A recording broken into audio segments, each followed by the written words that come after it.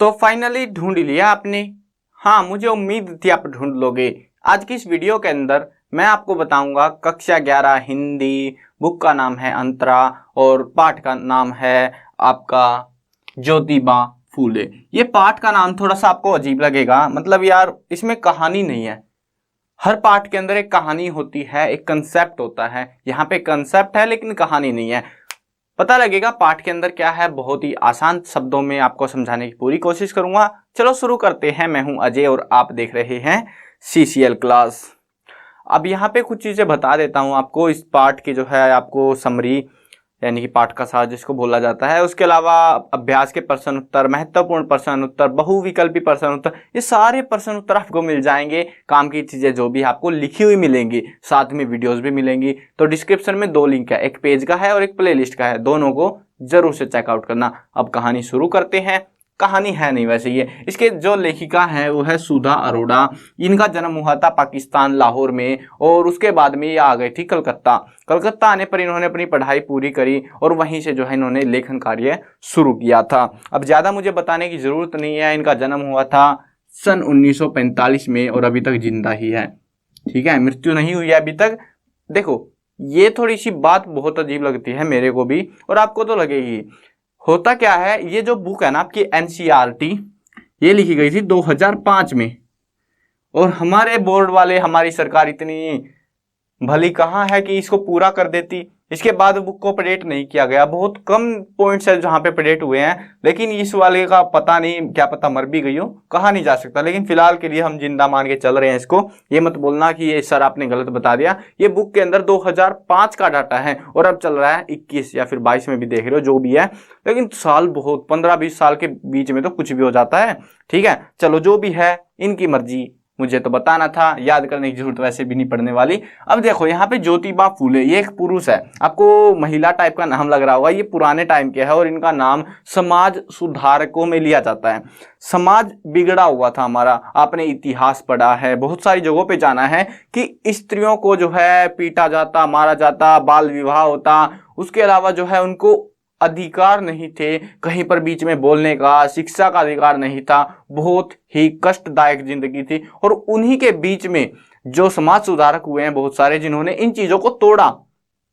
उन्हीं में से अगर आप ज्योतिबा फूले का नाम हटा देना तो बेइज्जती हो जाएगी ज्योतिबा फूले की। सबसे ज्यादा महत्वपूर्ण योगदान इसका रहा है ज्योतिबा फूले का। इसको जो है महात्मा की उपाधि तक दे दी गई थी 1888 में। इसको महात्मा ज्योतिबा फूले बोला गया। ठीक है, अब वो कहानी हम आगे पढ़ेंगे, क्यों बोला गया, क्या हुआ। अब कहानी को शुरू कर लेते हैं। कहानी इंटरेस्टिंग चलेगी ना, थोड़े से कंसेप्ट समझ में आ गए होंगे आपको। इसकी जो पत्नी है उसका नाम है सावित्री बाई। दोनों ने मिलके काम किया था और इसके पाठ के अंदर है ना, मैं आपको बताऊं, कुछ भी कहानी नहीं है। मतलब सिर्फ इसकी जो वाणी है, क्या बोलते थे, क्या सोचते थे, तो उन्हीं में लेके जो है इनके विचार यहाँ पे व्यक्त किए गए हैं, ताकि आपको एटलीस्ट ये चीज पता लग जाए कि हमारी जो सोच है वो कहाँ तक है, उस टाइम पे क्या हुआ था, जिसके चलते जो है लड़कियां आज के समय में पढ़ पा रही हैं। ठीक है, उसमें जो है ज्योतिबा फूले का अहम योगदान रहा है।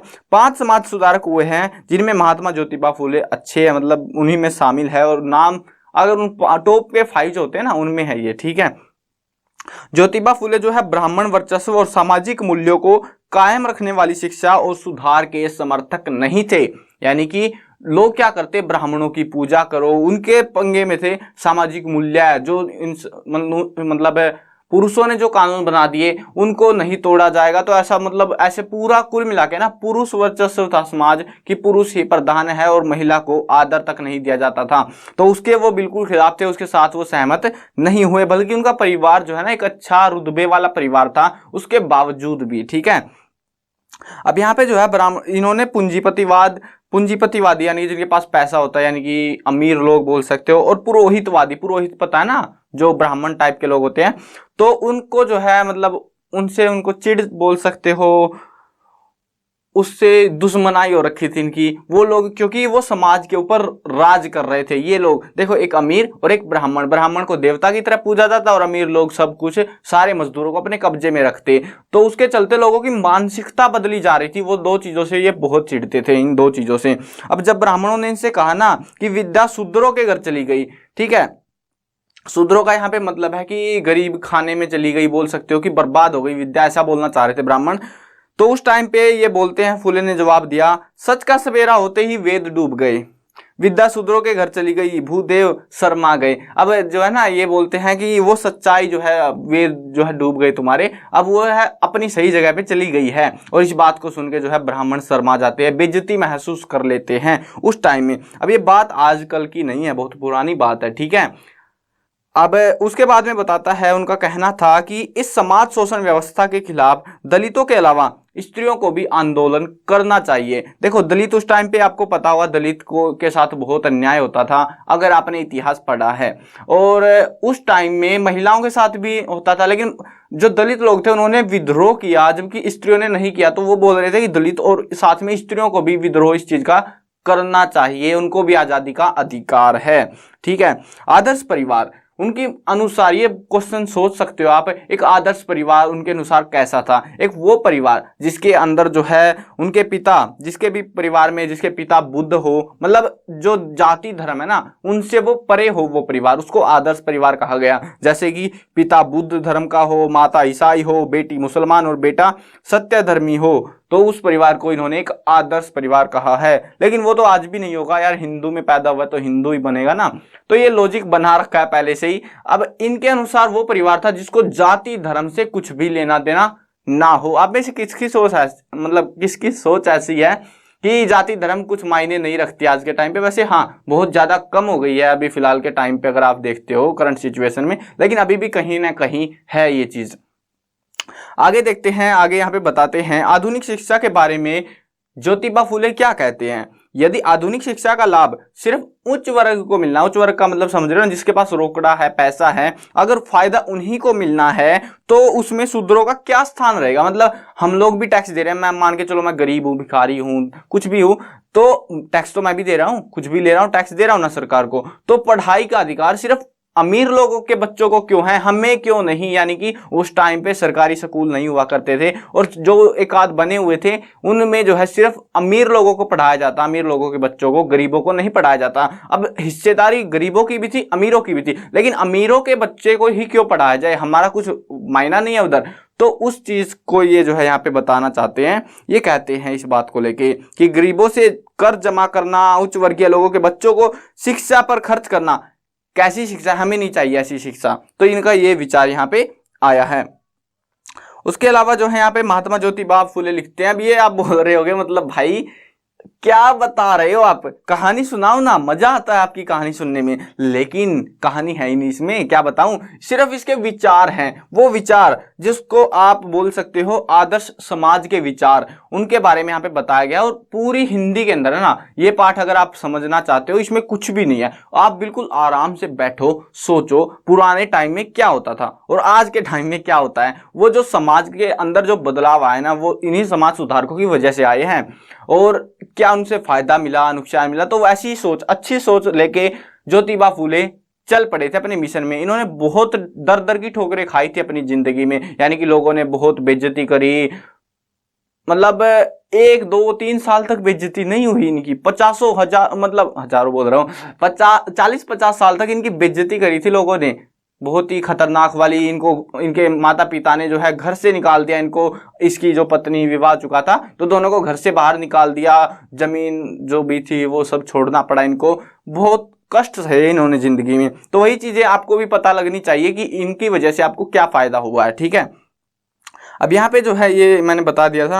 हाँ, यहाँ पे उसके बाद में बताते हैं महात्मा ज्योतिबा फुले ने एक और लाइन लिखी थी, स्त्री शिक्षा के दरवाजे पुरुषों ने इसीलिए बंद कर रखे हैं कि वह मानवीय अधिकारों को समझ न पाए। मतलब स्त्री ये ना समझ पाए कि जो हमारे अधिकार है वो क्या है, हम किस लिए मनुष्य बने हैं।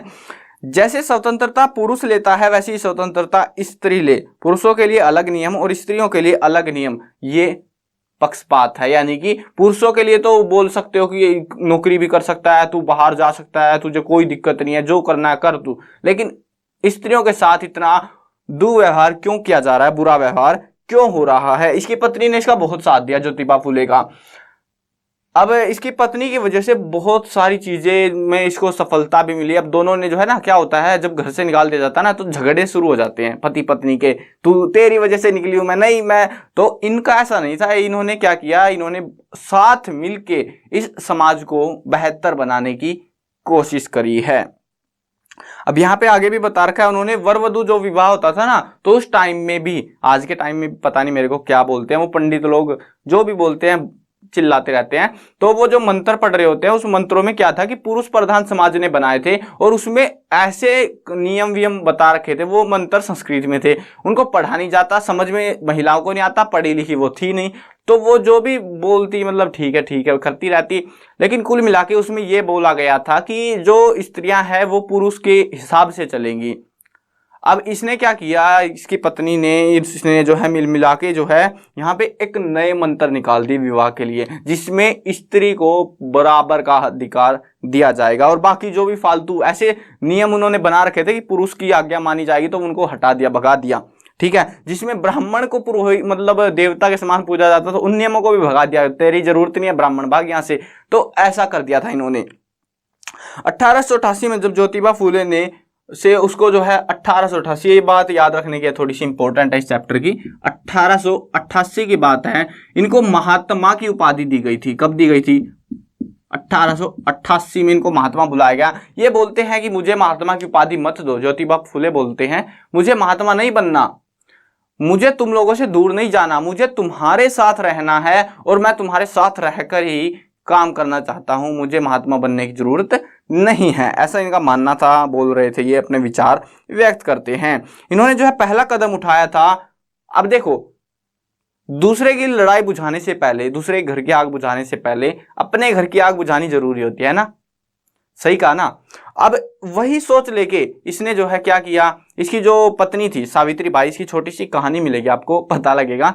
देखो सावित्री बाई जो है ना इनकी पत्नी, सबसे पहले इन्होंने अपनी पत्नी को पढ़ाया। अब दूसरे की लड़की को जाके या महिला को जाके जो है, किसी की पत्नी को जाके तुम बोलोगे कि बहन जी पढ़ लो आप, क्या वो पढ़ लेगी? बोलता है पहले अपनी बीवी को पढ़ा फिर बताइए मेरे को। तो इसने सबसे पहले वही काम किया, अपनी बीवी को पहले पढ़ाया, अपनी पत्नी को, सावित्री बाई को सबसे पहला कदम उठाया था शिक्षित करने का। समाज ने धुतकारा, बेइज्जती करी इसकी, लेकिन कोई बात नहीं, सब सहन किया इसने। इसने जो है उसको मराठी भाषा, अंग्रेजी पढ़ना लिखना सिखा दिया था। अब उनके बचपन की कहानी बताता हूं आपको, सावित्री बाई के बचपन की। एक बार की बात है, वो गई हुई थी मंदिर में और ऐसे वो बजाते हैं ना, वो मतलब डफली टाइप से कुछ बजा रहे थे, वो दूसरे धर्म के थे वो। उन्होंने जो है वो ऐसे, अब सावित्री बाई खड़ी होके और कुछ खा रही थी और खाती खाती उसको सुन रही खड़ी होके। अब उनको जो है थोड़ा सा अजीब लगा, वो बोले कि बेटा ऐसे खड़े होके मतलब सुनते नहीं, गाते नहीं, मतलब खाते नहीं, ऐसे चलते हुए रास्ते में। तो उसने उस खाने को दूर फेंक दिया। उन्होंने जो है उसको एक किताब दी और बोले कि बेटा ये जो है ना, ये किताब में तुम्हें अच्छे अच्छे फोटो मिलेंगे देखने को, तुम्हें मजा आएगा। अब उनको भी पता था पढ़ना तो इसको आता नहीं है, तो फोटो देख के खुश हो जाते थे पहले के टाइम में। अब उन्होंने किताब दे दी, वो खुशी खुशी किताब को घर ले आई सावित्री बाई। और उसके बाद में पिता को पता लग गया ये दूसरे धर्म की किताब है। पिता बोला इस किताब को फेंक के, अब भी फेंक के तो फेंक दी, लेकिन छिपा दी, फेंकी नहीं, पिता के लिए फेंक दी, ठीक है। अब उसके बाद में उसका विवाह हो गया और ये जब सामान देते हैं ना, दहेज वगैरह की प्रथा चल रही थी, आज भी चलती है कई जगहों पे, तो दहेज के सामान में उसको भी छिपा के ले आई वो यहाँ पे अपने पति के पास, ज्योतिबा फूले के पास। उसके बाद में जो है हो गया, यहाँ पे पति ने पढ़ना सिखा दिया और उसके बाद में उसने पूरी वो किताब पढ़ी पहली बार।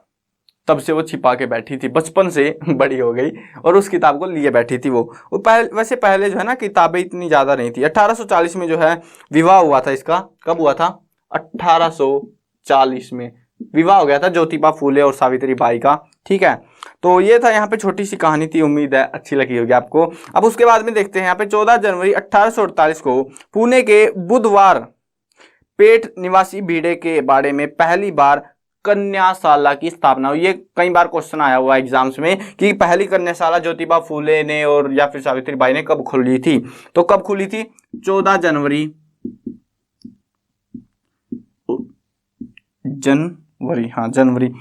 1848 को।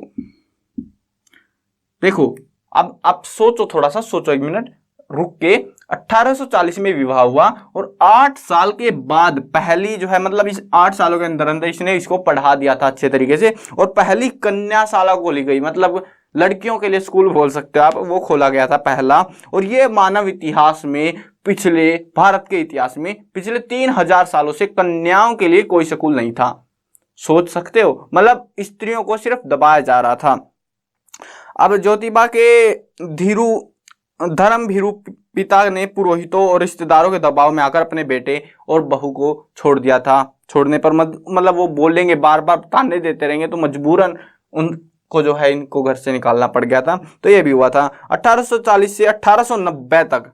40 में मतलब क्या हुआ था, 40 में याद है ना, 1840 में विवाह हुआ, 1890 की बात आ गई, यानी कि पूरा जीवन काल जो इन्होंने बिताया अपनी पत्नी के साथ में, तो उसमें जो है ज्योतिबा और सावित्री ने एक दूसरे का बिल्कुल मिल के साथ किया, मिल के साथ निभाया, दूर नहीं भागे, वो लड़ाई झगड़े उनके नहीं हुए, जो कि अच्छी बात है। तो यहाँ पे यही था इस चैप्टर के अंदर। और इन्होंने जो है फाइनली एट द एंड जो है यहाँ पे बहुत सारे स्कूल्स खोले, मतलब लड़कियों के लिए, जिसमें, और हाँ उसके अलावा जो है इन्होंने क्या किया था, जब बहुत बड़े पंगे होने लग गए थे ना दलितों को, मतलब उस टाइम पे ऐसा सीन था कि लोगों को जो है ना, मैं ब्राह्मण का हूँ, तू दलित है, तो मैं तुझको पानी तक नहीं दूंगा, पूछूंगा तक नहीं, तू पानी तो हाथ भी कैसे लगा देगा मेरे कुएं को, वो हालात थे। और उस टाइम पे इन्होंने अपने कुएं को पब्लिक कर दिया, यानी कि कोई भी उस कुएं से जाके पानी भर सकता था। बहुत कोशिशें करी ताकि जो दलित लोग हैं, जो पिछड़े हुए हैं, जो कि समाज ने पिछाड़ दिए हैं जबरदस्ती, तो उनको आगे लाया जा सके। तो ये थी इनकी अच्छी कोशिशें, और उम्मीद है आपको भी लगी होंगी अच्छी, या फिर अच्छी नहीं लगी, बताओ तुम कमेंट्स में बताना मेरे को। चलो अब वीडियो एंड करते हैं। मैं कवर करने वाला हूँ क्लास 6, 7, 8, 9, 10, 11 और 12 क्लास की सभी सब्जेक्ट की वीडियोस, हिंदी मीडियम और इंग्लिश मीडियम दोनों में होने वाली है। सब्सक्राइब करो, साथ में घंटी दबाओ, ताकि कोई भी अपडेट आए आपको टाइम से मिल जाए।